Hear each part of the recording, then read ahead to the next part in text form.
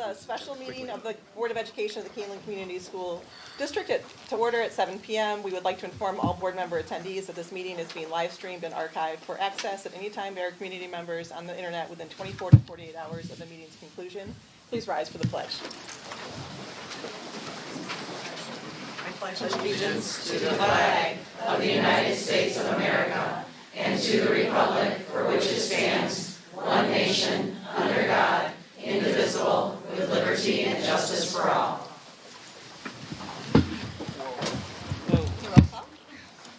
Mrs. Sparber. Here. Mrs. Junk. Here. Mr. Carey. Here. Mr. Lawler. Here. Mrs. Pavlak. Here. Mr. Rivas. Here. Mrs. Witt. Here. With 7 members present, we do have a quorum. Since there is not a consent agenda for tonight, we'll move on to the approval of the agenda. Is there a motion to approve the agenda? So moved. In a second? Second. In a roll call? Mrs. Junk. Aye. Mr. Carey. Aye. Mr. Lawler. Aye. Mrs. Pavlak. Aye. Mr. Rivas. Aye. Mrs. Sparber. Aye. Mrs. Witt. Aye. Motion carries 7-0, so we'll move on to Board Superintendent salutes. I don't have any tonight, but thank you. If none. Thank you. All right, so we'll move on to public comment.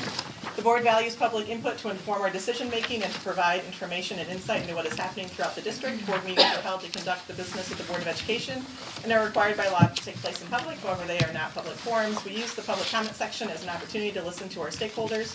For that reason, the board does not enter into debate or respond to questions spontaneously or without proper investigation or deliberation. In most cases, concerns or questions requiring follow-up will be referred to the superintendent. If you choose to speak publicly, we ask that you stand, state your name and village of residence, or your association with us for the record, and limit your comments to 3 minutes or less so that all who wish to speak may have that opportunity.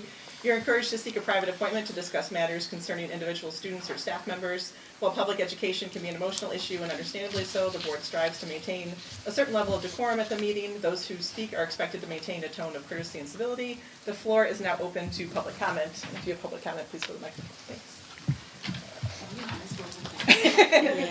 I saw you with a piece of paper. Good evening. My name is Susie Axel. I am the KEA Chief Negotiator, a 17-year employee of the district, and a lifelong community member. My children graduated from Kaneland in 2018 and 2016. They were the 4th generation of my family to graduate from Kaneland schools. However, I know I am not unique. Many of your professional employees are Kaneland graduates and or have children who are attending Kaneland schools. We teach here because we are proud of where we came from and want to continue the traditions that are born here. That is why it is very disheartening that we are in the midst of our 3rd consecutive negotiation that has resulted in mediation. We give you our all. What we ask for in return is a fair contract. To that point, Kaneland Education Association is here because we are stakeholders in our schools. We are interested to hear the report about the district's finances and appreciate that the board is taking a closer look. When the district's financial plan is sound, it supports teachers, funds our efforts in the classroom, benefits our students, and makes our community strong. We think it's important the board recognizes that part of the reason the district has acquired the huge surplus is sitting right here in this room. Over the last 10 years, KEA has done the right thing. The right thing by taking pay freezes when the district has asked us to. The right thing by ensuring any pay raises were sustainable and within the financial means of our district.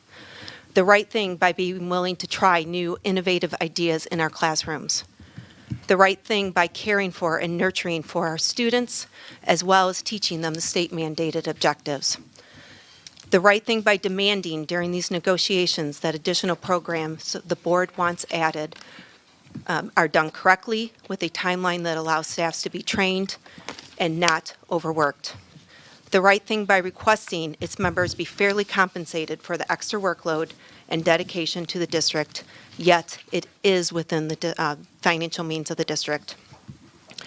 When KEA did the right thing and took smaller raises and pay freezes, the district was able to increase their education fund. Those financial hits impacted every teacher's lifetime earnings, which will follow them all the way into retirement. The district gained financial stability from our willingness to help solve their problems. KEA has been more than fair over the last 10 years and during these negotiations. Now it's the board's turn to do the right thing, to be fair to its professional educators, to your KEA. We want a fair contract so we can turn our attention back to where it should be, welcoming students into the classroom on August 14th. Our schools are strong. When our schools are strong, our community is strong. Thank you.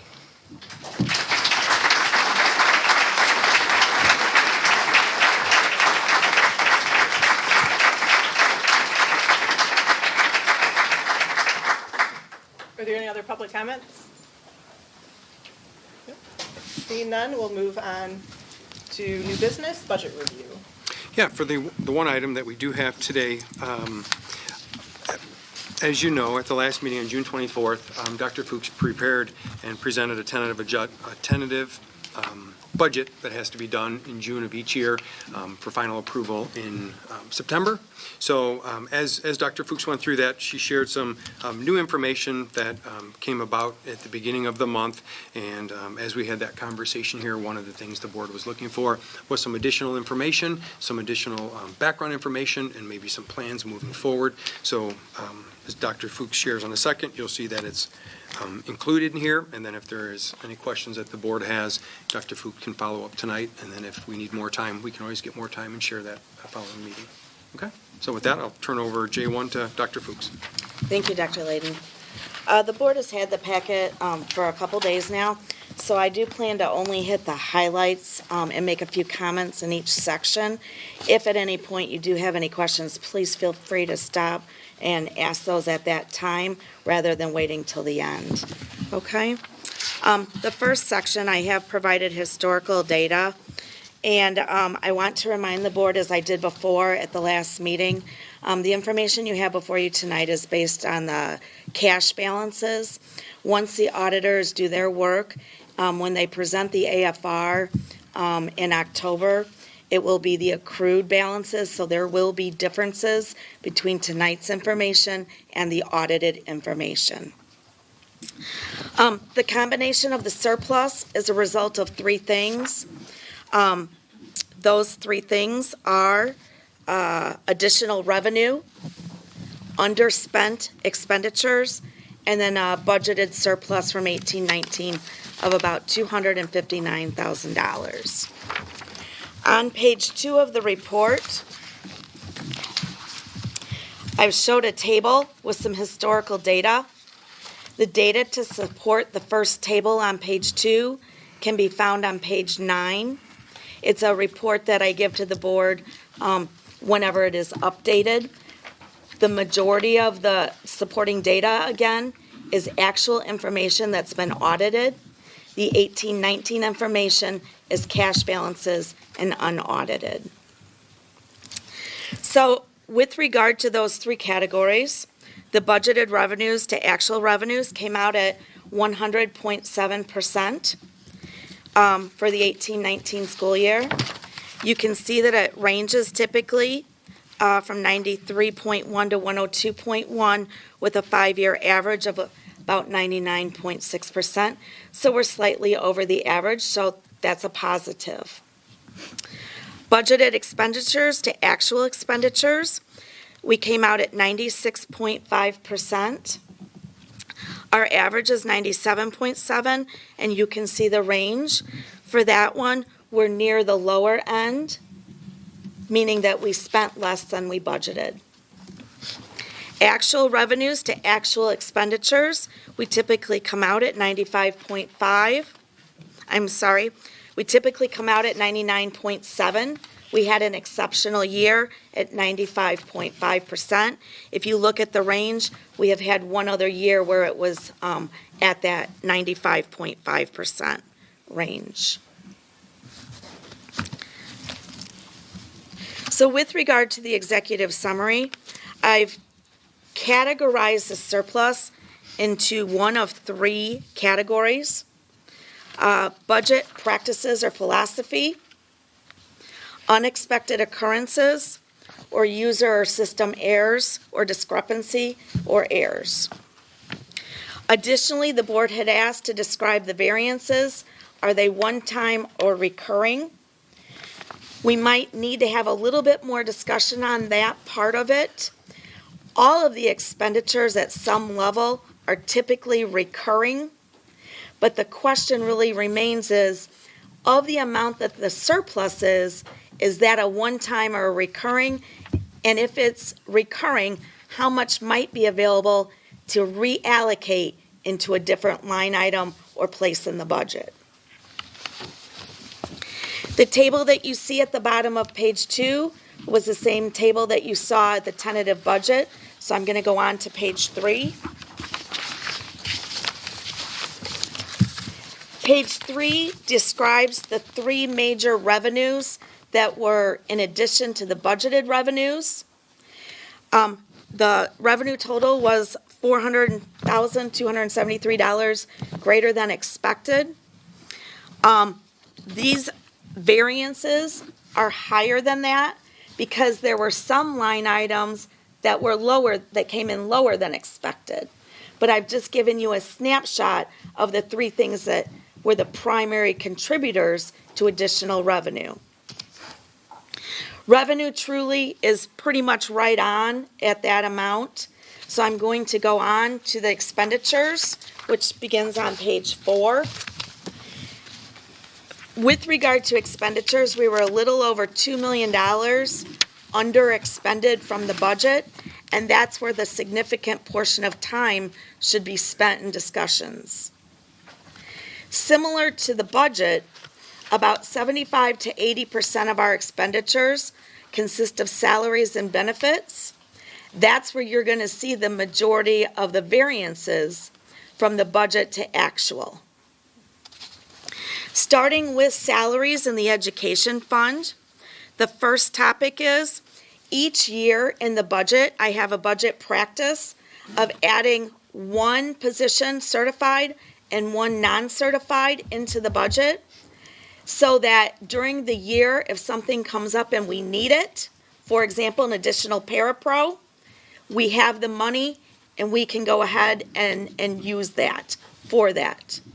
Sometimes we need a certified. It just depends on the timing and what has happened.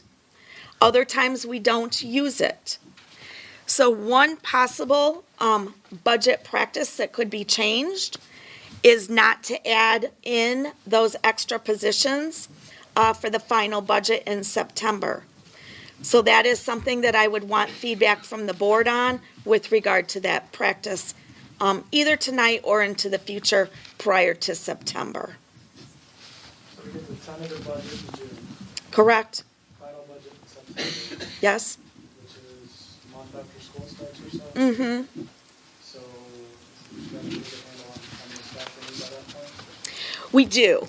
But oftentimes we'll get a student with special needs that moves into the district that requires something. And so we just want to make sure that we've planned for the unexpected. So that's been a typical practice. And sometimes we've used it, sometimes we've not.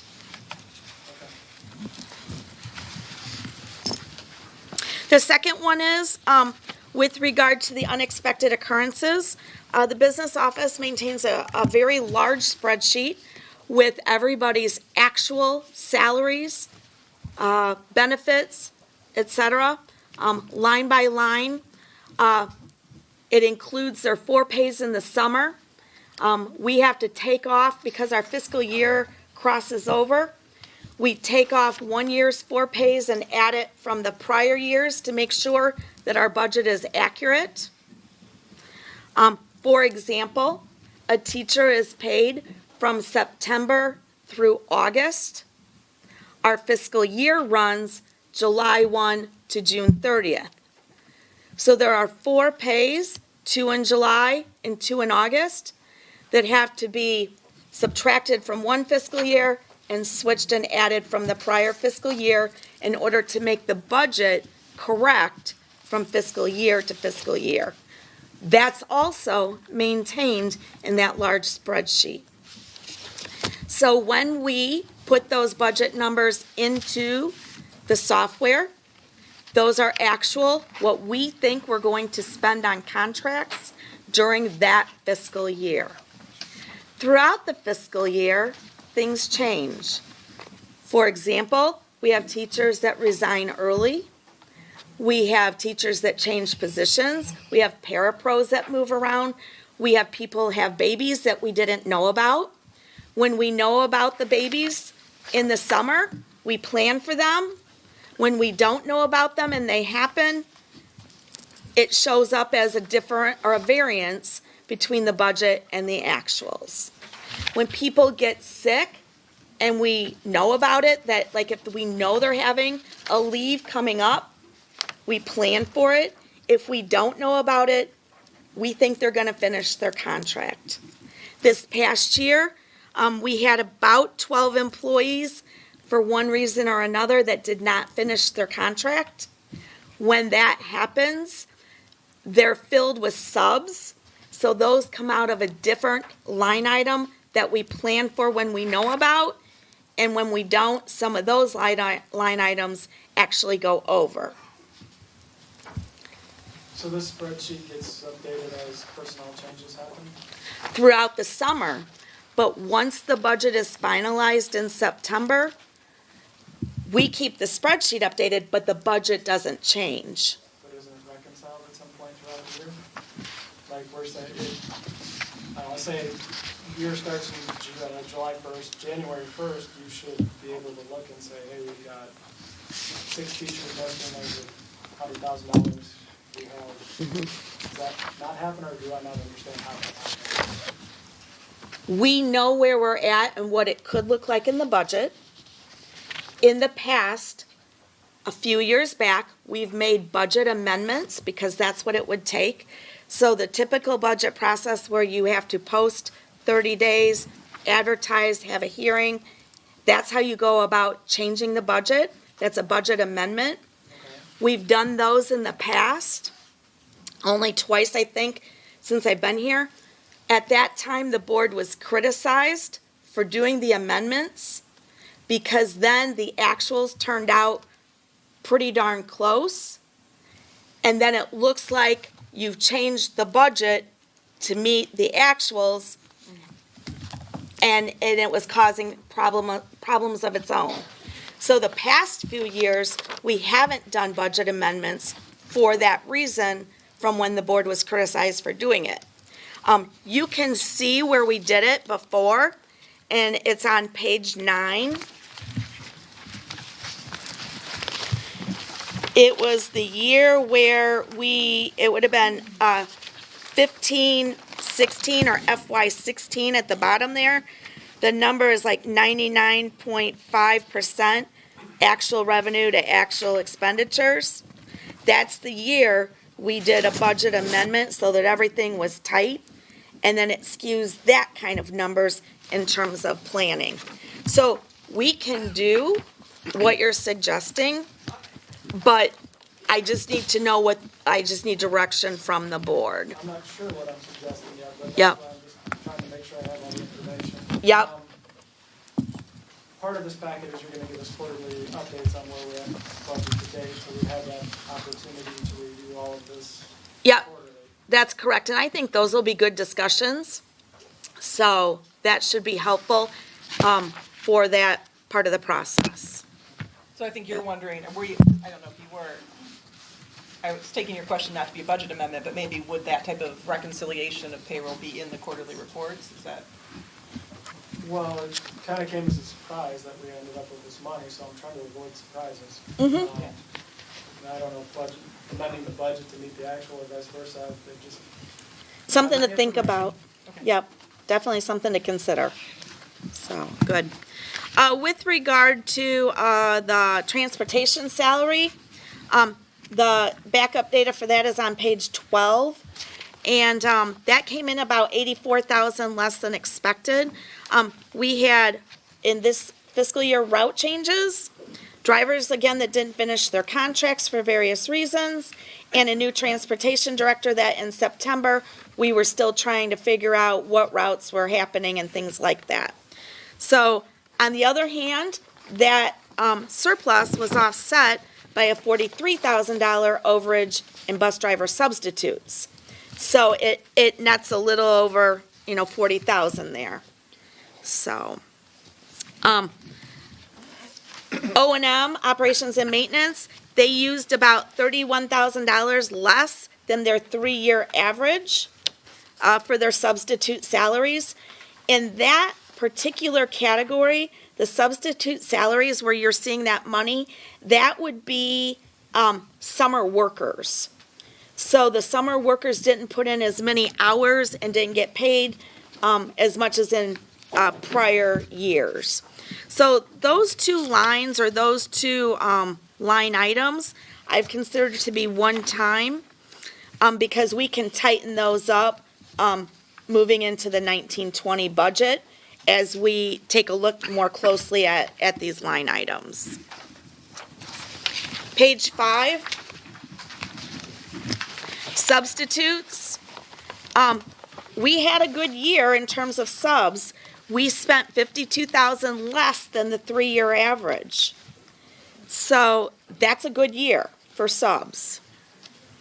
The one thing that we have done, there are two things in here, the budgeting practice that you see. We have a few line items that totaled about $30,000 that we fixed, where we have noticed, as a result of this analysis, that we don't spend money to sub out social workers and psychologists unless if it's a long-term absence, like a maternity leave. So we have deleted that, or removed that money for the 1920 budget. We've already addressed that moving forward. If a line item has had money budgeted for 2 years or more and hasn't been spent, we reviewed it, asked the question, is it reasonable to reduce that or take it out? If the answer was yes, we've done that.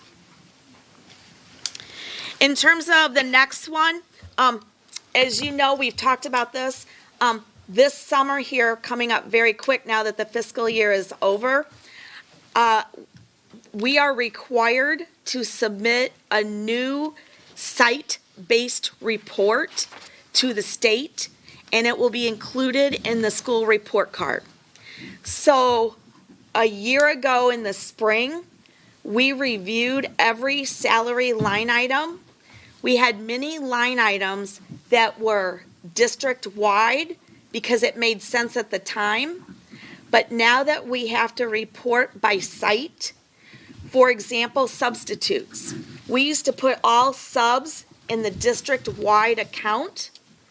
Now we have a subline item for Blackberry, a subline item for Shields, a subline item for Stewart, and we created quite a few new account numbers so that we would be prepared for the site-based reporting that I have to do here within the next month. And when we did that, we also found that some of the old line items didn't get zeroed out. That is what I consider to be a one-time oversight. Again, it was a lot of line items that we were trying to adjust and make sure we had them, and we missed a few of the old ones. We'll get those out of there and zero those out. And it's easy to do now because we can see where they are and where zero was spent because the money was spent for the buildings. So that way we can report by site, which is what the state is requiring for us to do for the first time this summer. That's a lot of and the backup for those things are on page 11. That's it on salaries. On benefits. In the, Ryan, do you have a question? No. Okay. So for benefits, we keep that same spreadsheet and we know which employees have which type of coverage and how much that coverage costs. But what we don't know is all of the summer hires, what they're going to choose once they get hired during the summer. There's a lot of turnover. So at the time of the tentative budget, we allocate the most amount to the benefits until we know what number to plug in. By September, we should know that amount. We were way over on this one. The person that I work with in my office that did that isn't here any longer. I will work with the new person to make sure that that number is tightened for the final budget. Next year's budget included this amount. So it's a reoccurring, is what I'm saying. Yes, yes. So I believe that that can be tightened. Reduced. That's why I called that surplus amount recurring, because once we tighten it, we can use that money somewhere else. I guess I'm getting into a budget question I don't know the answer to, but it can't go to zero because you're not gonna have all the new hires with no insurance, but is there a statistical average of how many teachers take which type of insurance that we could plug in? That's what we're gonna look at, and try to figure that out. Instead of doing everybody at the highest amount, we'll do some number in between. We haven't done that calculation because the practice has always been just to be conservative at the time of the tentative.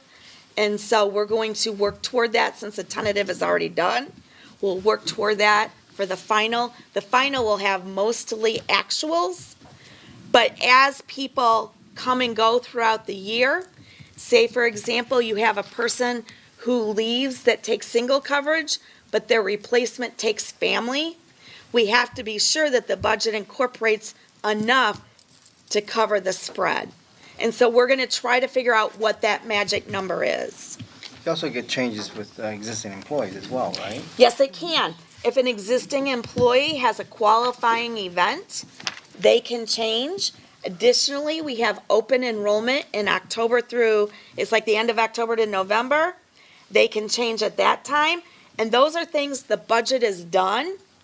And so if they happen to change from one tier to another, where the second tier is more expensive than the first, you have to plan for those. And so typically, we've planned conservatively, and that's why you see a small surplus in the budget and the benefits lines. So we got to play the guessing game in a sense. It is. It's we do the best we can without a crystal ball that's clear. When do you think you'll have your best guess on what the new budget number will be? Because we've got decisions to make, and this says 430,000, which is real. It can't be used to make future plans, I guess, for lack of a better term. So when do you think you can tell us? Well, I know for sure I'll be telling you in September. We'll have most of our people hired by that board meeting in August. I should be able to give you a good update then, because then the final budget comes at first meeting in September, which is 2 weeks later. Nice. So when we've done budget amendments in the past, is the timing of those usually like January, February? No, usually I wait till June and do them. Oh, you do? Okay. Mm-hmm. Because I was wondering how it affects, if it affected, the budgeting when we go into staffing in March. And it wouldn't, except yeah. for rolling over from the previous year. Right, Okay. right.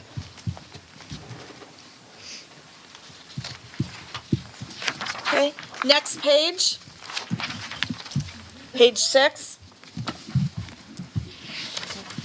So, the next line that was significant is special education tuition. This was an unexpected occurrence at this point, caused by a couple things. One is we had changes in student placements, and 2, we did not receive an invoice or 2 prior to the end of the fiscal year. But nonetheless, this number is much higher than it's ever been before in terms of the variance. And I do believe that I included that information. Let me just double check. I did. It's on page 10. So if you look at page 10 for me, following the salary, you can see special ed tuition. The 3-year average was 1.4 million. Last year we spent 1.5. We budgeted 1.5, but this year it came in at 1.2. So the budget, in terms of the budget number for that line, was fairly consistent with what the trend had been. It simply came in under what was planned for. If you look at the line right below it, these are for outplay students. We had a 3-year average again of 1.5. We budgeted 1.6, and year-to-date, we spent 1.627, which was within $14,000 on a 1.6 million line item that's unknown. So sometimes you get very good and close. Other times, when there's unexpected occurrences, it turns out like it did. Well, and it would be a little, probably more tragic if the unexpected occurrence went the other way. I mean, so.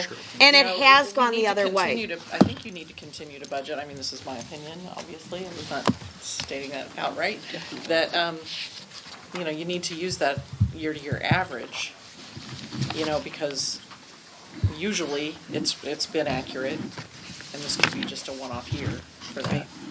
And we have had it go the other way by a couple $100,000 before, similarly. So it has happened. Yeah. Fortunately, it's been covered by some of the other gains, but nonetheless, if everything goes the wrong way, then you're back here at the table wondering how you have the same kind of deficit. So, And not knowing where to find special ed tuition money is not a position we want to be in. I mean, Right. that's. special ed private transportation is the next item. Again, this one was $320,000 of a variance of an unexpected occurrence. We do have a bill that's coming, that we've already gotten now, that wasn't here before the end of the fiscal year for about $49,000. So we'll pay that bill in July. But, couple things, if you look at that one, your 3-year average is 1.8. Last year, we spent 1.857. We budgeted 1.850, and it came in at 1.5. So, Which is a 5-year low, yeah. exactly, it's definitely, it's a low. But compounding that with the one above it just makes it that much variance, of a variance.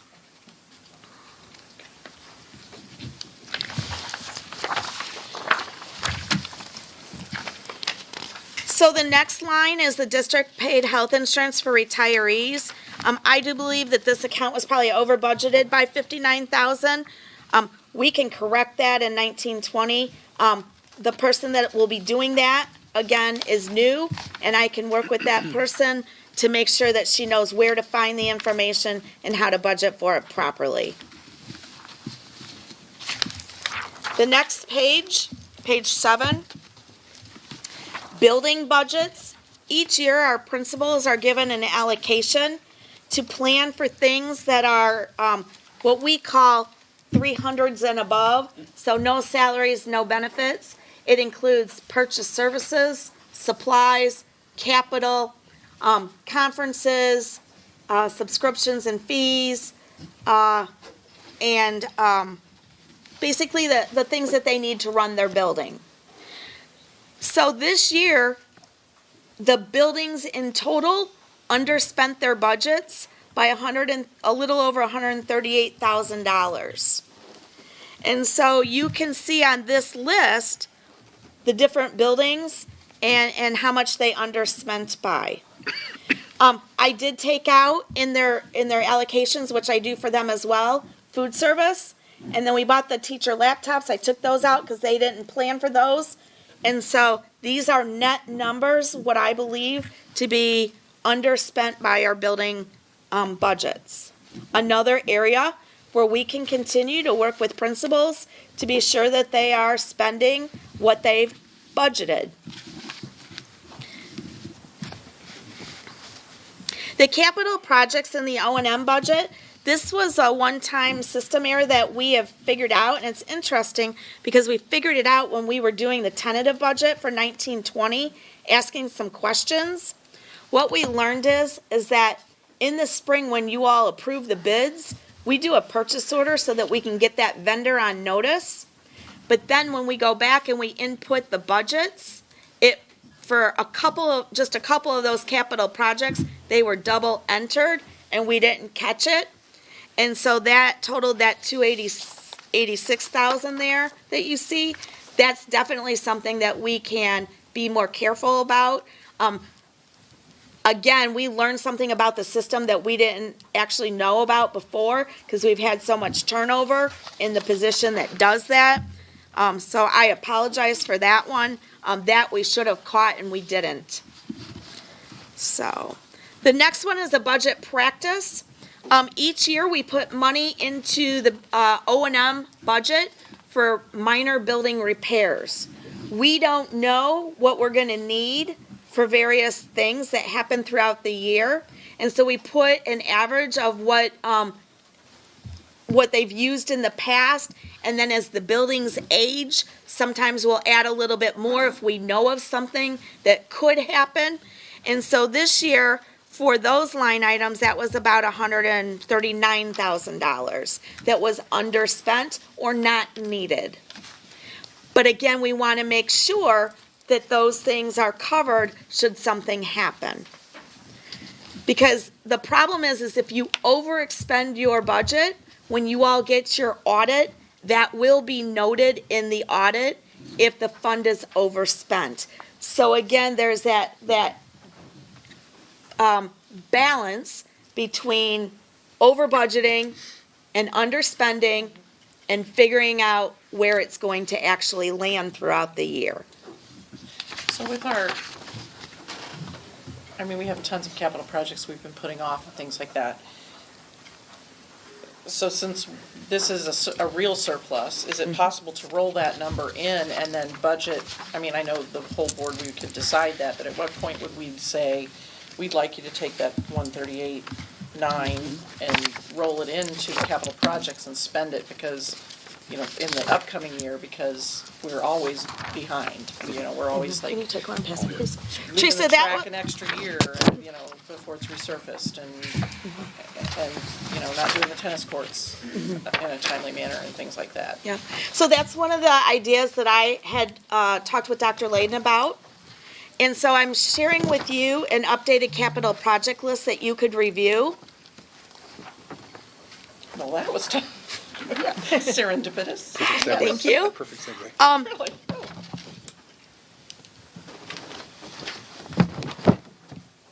Above the big bold line are the projects that the board approved, totaling about $628,000. Below the black line are the projects that did not get approved for this coming year when we were doing that. I've bolded 3 potential projects that the board may want to consider for a total of $148,039. The other 2 really can't be done because you don't want to be doing those projects during the school year. So if you did that, your capital then would change from $628,307 to $776,346 for the 1920 budget year. And I believe these 3 that are bolded could be done fairly easily, maybe by mid-first quarter. Pull some numbers. They're on here, Ryan. 600,000. Right here. Right. This one, sorry, I'm looking at the other one. Okay, so say that sentence again, please. Sure, I'd be happy to. On the right-hand side, in bold, Yeah, the board has approved $628,307. okay. Those things are getting done. Below the bold line, you see 3 projects highlighted. The total of those 3 projects are $148,039. If you add that to the $628,307, your total capital then for 1920 would be $776,346. So in terms of possibilities right away, Teresa, those are the ones that I think could be done, but the bottom 2 don't make a lot of sense. But we will review the capital projects starting in September like we always do, bring it to the board in the fall, and get moving for summer of 2020. Because those things take time to plan out. But So these would are we add things, these at that time, or would we do this sooner? these we could do sooner if the board wanted to, and we could include that in the 1920 budget. Do you want to know now? You know what, we do not have an agenda item So I don't believe you can approve it tonight, but I can put it on the July 29th board agenda for approval, and you can approve it at that time, and then we can get started on Or it. even just have a full discussion about it at that point. Discuss it. Either way, yeah. Yeah, but at least you have the information. Okay. Thank you. Sure. So that brings us to page 8. So on page 8, I tried to summarize. About 740,000 may be described as recurring. A little over $1 million is one time. Using that information, I think the board probably has somewhere around 600,000 to 700,000 that they could reallocate to other lines. And then what I did tell you are the different things that some of them we've talked about already, and some of them you've heard me talk about tonight with regard to recommendations. Ryan, the quarterly reports are on there. I've included the monthly update for operational. Salaries, take away any extra positions if the board wants us to. Reduce the subline items where appropriate, which we've already done. Make sure those benefit line items are as accurate as possible. Make sure that we start requesting invoices for special ed vendors in early May, so that if they're going to send them, they get them to us so we can pay them in the correct fiscal year. Review the line item for health insurance for retirees prior to the final budget, so that we know we have an accurate number and count there. Make sure I work with the administrative team for their building budgets, and I'll review the capital line items to make sure that there's no doubles in there like we found this year. So that's 1.7 between your two line items. The surplus was 2.7. Where's the other million? Or how are we classifying the other million? You're just talking about expenditures. Yeah. Yeah. So the 400 was the income, and the 350 was budgeted surplus. So to your point, maybe 300. A little less than 300. Yeah. Wasn't So that's identified. 750. And some of it kind of crossed over both, one-time recurring. It's hard to tell exactly, because you had, again, if you look at some of the supporting data, let's take a peek. Look at page 10. No, page 11, I think. 11 will be better. So on page 11, look at some of your notes at the bottom there. You have 263 other line items that were a positive with a total of 310,000, but then you also had overspent line items for 110,000. So what I've provided you, Ryan, is the substantive things that can make a difference. You have a whole lot of other things in the budget for line items that are 1,000. These up at the top are $10,000 and more in the variances. You have a whole lot of hundreds, 500s. I get that, but I guess I'm trying to figure out how much of surplus is available to do whatever with. Approximately 600,000 to 700,000 is what I would suggest.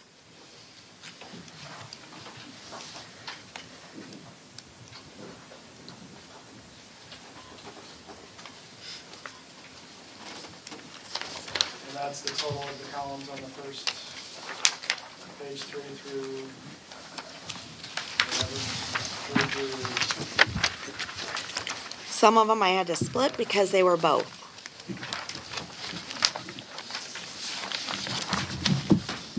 So I have another kind of off-the-wall question.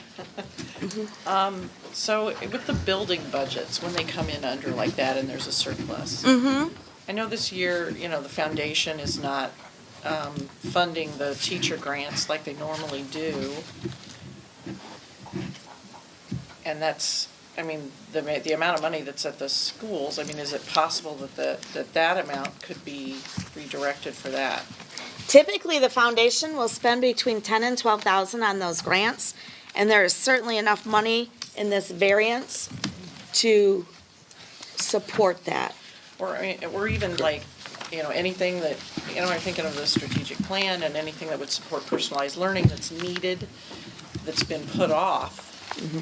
If the money is left over, you know, maybe, you know, people could put in requests for those types of things, and as long as they were, you know, legitimate and used for that purpose, that then there wouldn't be that gap this year. The foundation supported the cases / bags for the computers this year, right? Yes, they did. I'm sorry, what was that? I just The couldn't- foundation supported the bags, if you will, for the computers this year, and it was like 60,000 or something? Mm-hmm.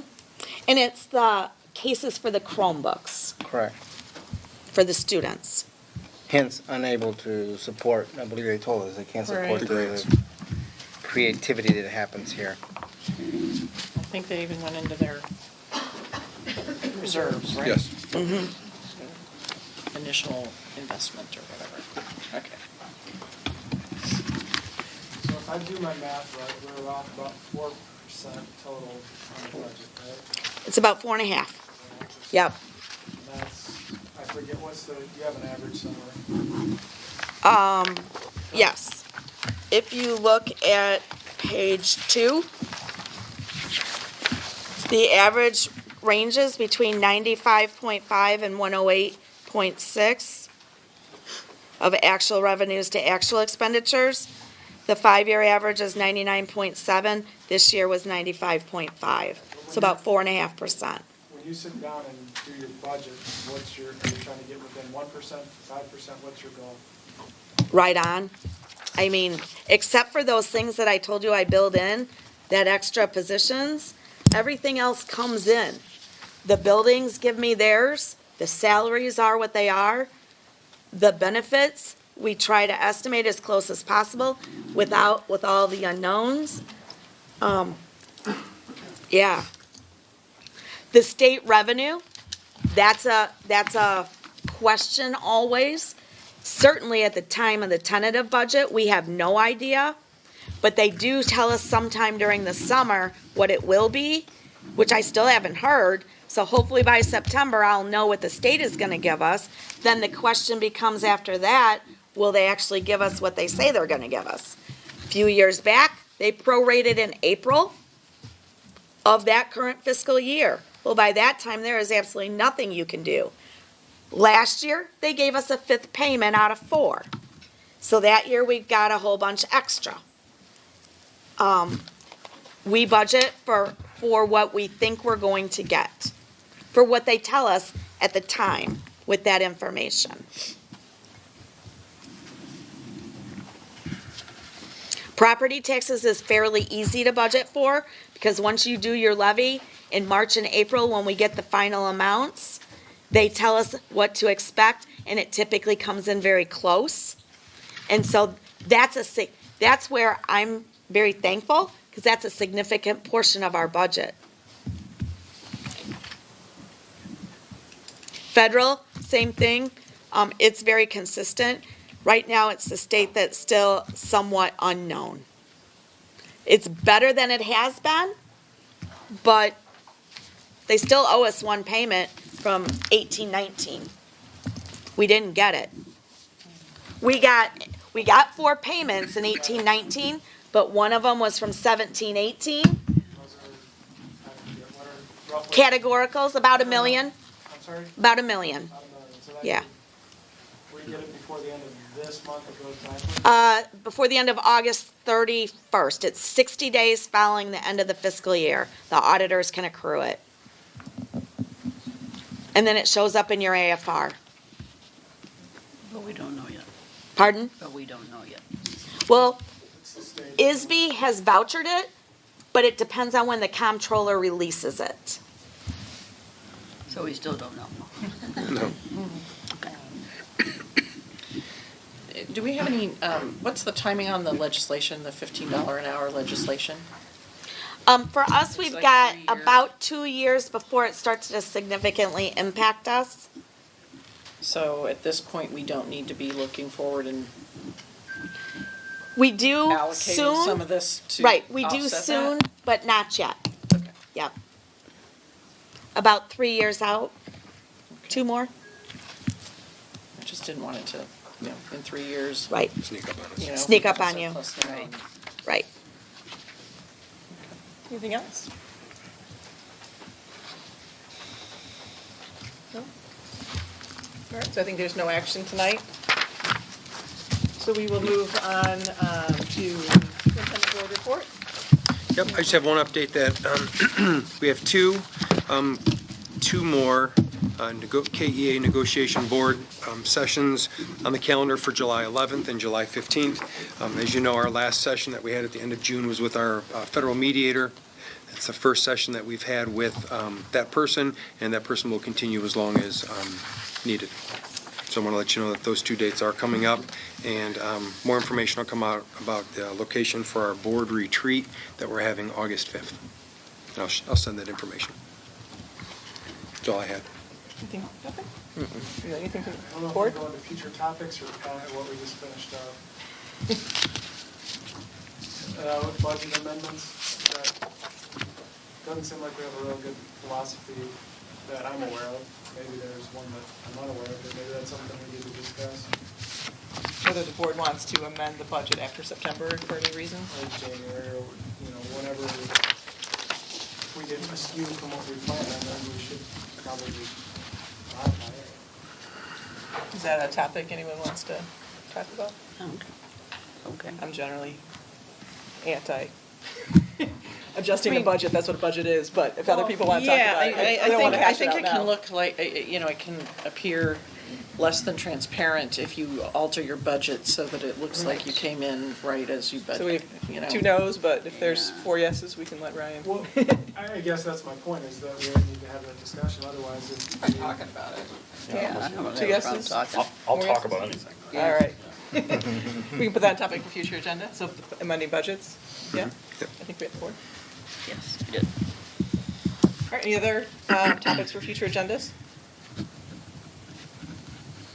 No? All right, and this is the second opportunity for public comment, with the same rule as before. Are there any public comments? No? All right. Right. Oh, Right. sorry. Sorry. Fran Eggleston, Director of Special Services. Talking about money is always a challenge and hard to do, but I think Dr. Fuchs did a great presentation helping the board understand the challenges with special education and how there is such a variety with attempting to meet the needs of the kids, and we don't necessarily know what the needs are, and they're constantly changing. So I would like to just take this opportunity to thank the board publicly for your willingness to meet the needs of the kids in our district without always putting a number to what it's going to cost to give the kids what they need. So on behalf of the parents and many of the staff members here, I do want to thank you for your efforts in supporting our students. So thank you. Any other public comments? All right, we'll move on to executive session. We do have an executive session tonight. There will be no action taken following the session. Therefore, after the vote to go into executive session, the recording of tonight's meeting will be concluded. We're going into executive session for collective negotiating matters between the public body and its employees or their representatives, or deliberations concerning salary schedules for one or more classes of employees, as well as the appointment, employment, compensation, discipline, performance, or dismissal of specific employees of the public body or legal counsel for the public body, including hearing testimony on a complaint lodged against an employee of the public body or against legal counsel for the public body to determine its validity. Is there a motion to go into executive session for these reasons? So moved. And a second? Second. And a roll call. Mr. Carey. Aye. Mr. Lawler. Aye. Mrs. Pavlak. Aye. Mr. Rivas. Aye. Mrs. Barber. Aye. Mrs. Witt. Aye. And Mrs. Junk. Motion carries 7-0.